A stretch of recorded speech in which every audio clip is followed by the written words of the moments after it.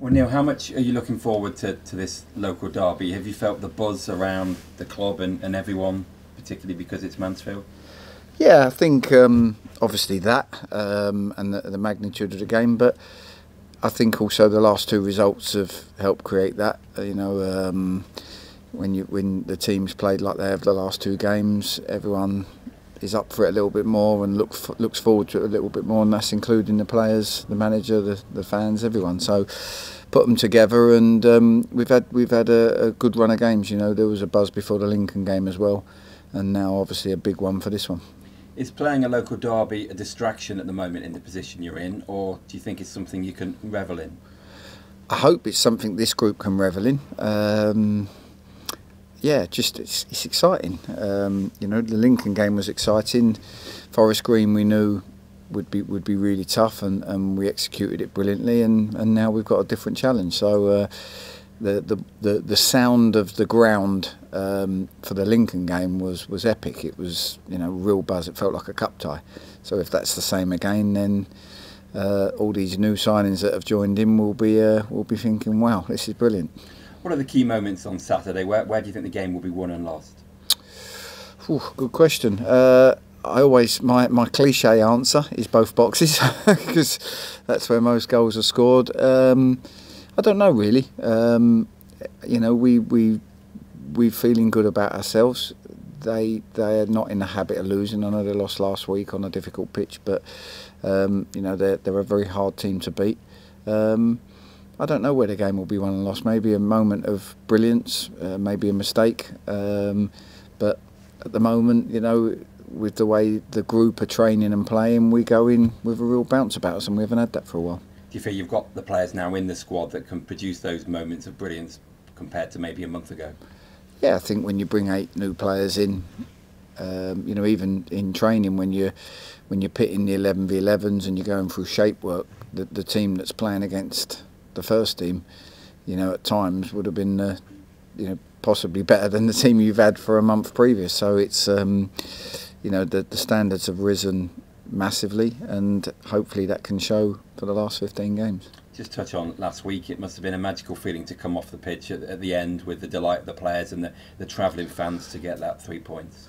Yeah, I think we know we need wins, so any win you're going to get a buzz from. Like I said, the thing that I like the most about it is the winning mentality is there, and I talked about it back in sort of December and early January, we've got a lot of players have been beaten up this season by what's happened, and trying to bring in a group that not only aren't used to that, and so far all they know is being unbeaten, but a group that also then inspires the ones that have been beaten up to stop feeling that way and lifts them. So hopefully them things are happening, but we've got a long way to go yet. Yeah, I want to touch on that. We talk a lot about the new players incoming, but the beaten up players, as you use that quote, do you see that kind of changing in their kind of eyes in the changing room and on the training field? Do you see that kind of mist lifting, for want of a better phrase? Yeah, absolutely, because the standards have gone up massively. Training, like I say, I can't. It's chalk and cheese. I can't compare the difference in training, and the players have seen that, so they've got to raise their game to keep up with the standards. But also when you're in the dressing room, it goes for anyone. When me, even as a manager, when you're standing in the dressing room and you look around and you see Doyle, Jim O'Brien, and you see people like Stubbsy, who's played as well as he has these 2 games, and you see Enzio, who can kill people 1v1, and Macau Smith, who's had a career he's had, and you start going, okay. Even as a manager, you feel that way. So I'm sure the players feel the same, and the fans feel the same, and it's what the teams at the top have got at the moment. They've got them types of players, and we've got them hopefully now for 15 games, and hopefully it'll make a difference. You talk when you come in about being patient, but you were optimistic about the club going forward. Personally, do you see the lights finally at the end of the tunnel? Because you admitted to some downtimes and not being quite where you thought you would be, but with what's happened in the last 2 weeks, personally, do you feel a lot, like a burden's been lifted? It's lifted me. I wouldn't say a burden's been lifted. I've still got a massive job to do. It's lifted me as in, I feel really good about what we've done and the group we've got together. But as I said, I do feel that we left about 8 or 9 points out there over the period for whatever reason, and that sort of nags me a little bit. Good luck. Thank you. Neil, on the players that you brought in and the way that they've fitted in seamlessly, has that surprised you at how quickly they've all gelled together? Yeah, we did loads of work. We had that 2-week break, which could be classed as a blessing. So we knew we wanted to come away from the system we'd been playing, which was one we played by default a little bit, and we started working. So we had 2 good weeks' work on how we wanted to play that, and then the players we've brought in know how to play that system anyway. So I'm really pleased with how quickly they've just gone from the first training session to playing a few at Lincoln straight in, and the training and everything has been seamless since. Yeah, because usually you think when you bring in 8 players, you usually sort of like a little bit of turbulence, but there doesn't seem to have been any of that. No, and the pleasing thing is, we did have a game plan. You never know. Any manager who says he knows how it's going to work out is lying. I'm not going to tell you. I knew it would. It would work out like it seems to be, but we did have a game plan that we may end up with a younger back four, and we felt that we wanted to put experience in front and we wanted to add pace up top, so we kind of went with the types. I'm really pleased about how the partnerships have developed so quickly. Doyle and O'Brien, look like they've played together, and two very intelligent football players on and off the ball that bring a lot to the team. And then obviously there's a concern when you look at Stubbsy and Ben Barkley. You say, well, how will they handle it? And so far so good on that front. So as well as people like Mitch coming in, and although he sees himself more as a centre midfielder, playing like a right back. So yeah, I'm really pleased with how them partnerships have gone. Rob Milsom at left back. I mean, I know the fans have been saying it has been an inspired switch because he's played really well in the past couple of games. Yeah, to be fair, we looked at it. It was another position we felt if we were really going to strengthen, we'd have had to get another player in. We felt we needed an extra forward player in. There was only so many permanents we could get in and loan, so it was getting a bit tight. So we had a chat, and to be fair to Norm, he said, Millie used to be a left back when he was at Fulham when he was younger, and I think Millie's a good player. He lost his way a little bit in midfield. Probably most of the players had lost their way a little bit in the performances. So I just said to him, I'm going to have a look at your left back in training. Go and do what you do naturally, and we'll see. And for 2 weeks he was exceptional in training and really shone out, and made the decision easy, and he's carried it on into the games. And he seems to, I know, stopping crosses, but that's something he seems to be very adept at. He works very hard, both offensively and defensively. Yeah, and that was what I noticed. You see in training, you get exposed in training sometimes because it's players are a bit braver than they might be sometimes in a game, and even in training, we looked for a couple of weeks, and he both defensively and offensively looked really, really comfortable and knew the role, and we didn't have to do much coaching, and it just felt natural. And obviously we're bringing Doyle in and Jim in, and we've got Vaughan and we've got Elliott. It was a case of we'll have a look, and it's worked out really well up till now. In terms of the game on Saturday, what's going to be key to being victorious? I think it will be a tight game. I've said before that when we played them in my first game, I felt there was a real gulf between the teams, and we had a couple of chances to go one up, but for the whole game it felt like we was just hanging on, and it was certainly an eye-opener to the job I had, and I felt they were one of the strongest in the league. So when I looked at when the fixture was, I thought, okay, that might be good timing to see if I can close the gap with the team and improvements and stuff. So for me, that's a big test. Where will the game be? I think it will be tight. I don't think there will be much between the teams.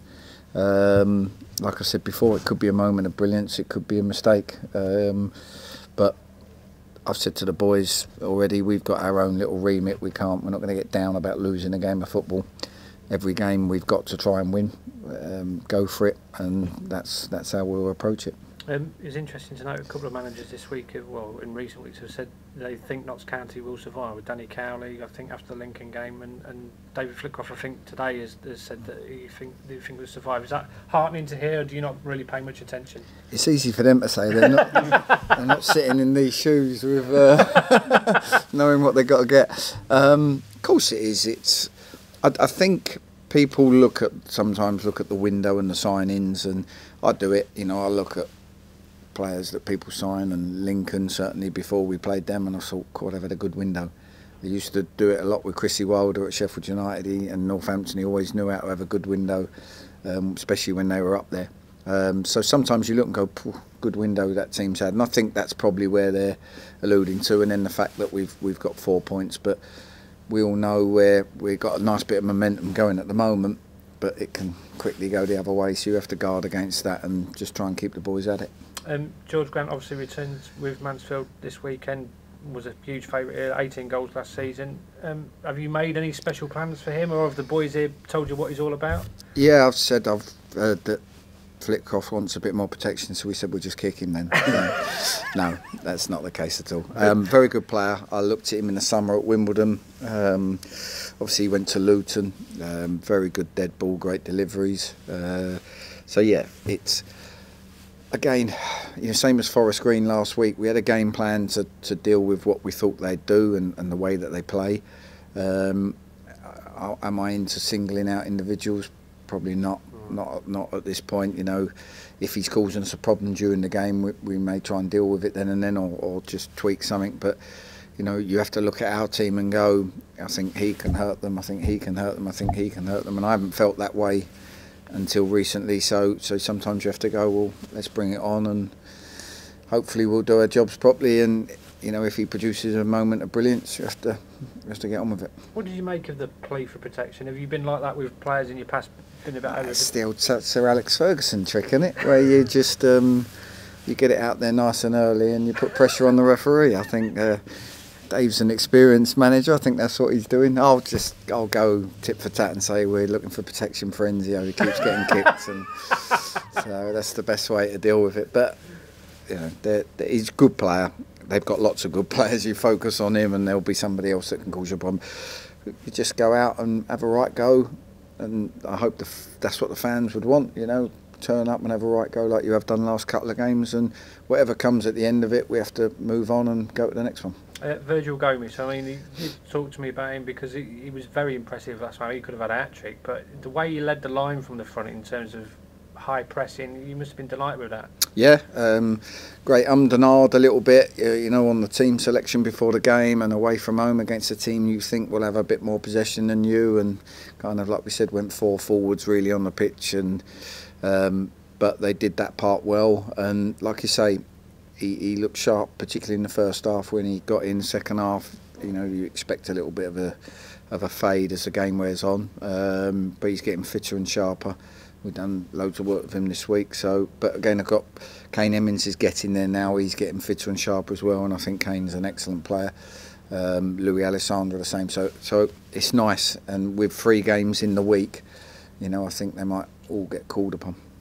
Michael Doyle was in here just previously talking about the passion from the fans and how the players were able to replicate that against Lincoln. Do you hope for the same again this weekend? Yeah, that's. Like I say, it was like a cup tie. It was brilliant. Both sets of fans. The Lincoln fans were brilliant, and I'm sure the Mansfield lot will be great on Saturday, getting behind their team. But it kind of, our fans, it inspired them even more. And Meadow Lane was rocking in the Lincoln game, and if we can replicate that and the team replicate the performance, then I think we'll all go home, in a good place. Brilliant, mate. Thank you. Hi Neil. Sorry if we go over a couple of bits we mentioned. But of course, on the back of a positive couple of results for Notts, what's the mood been like in the camp? Brilliant.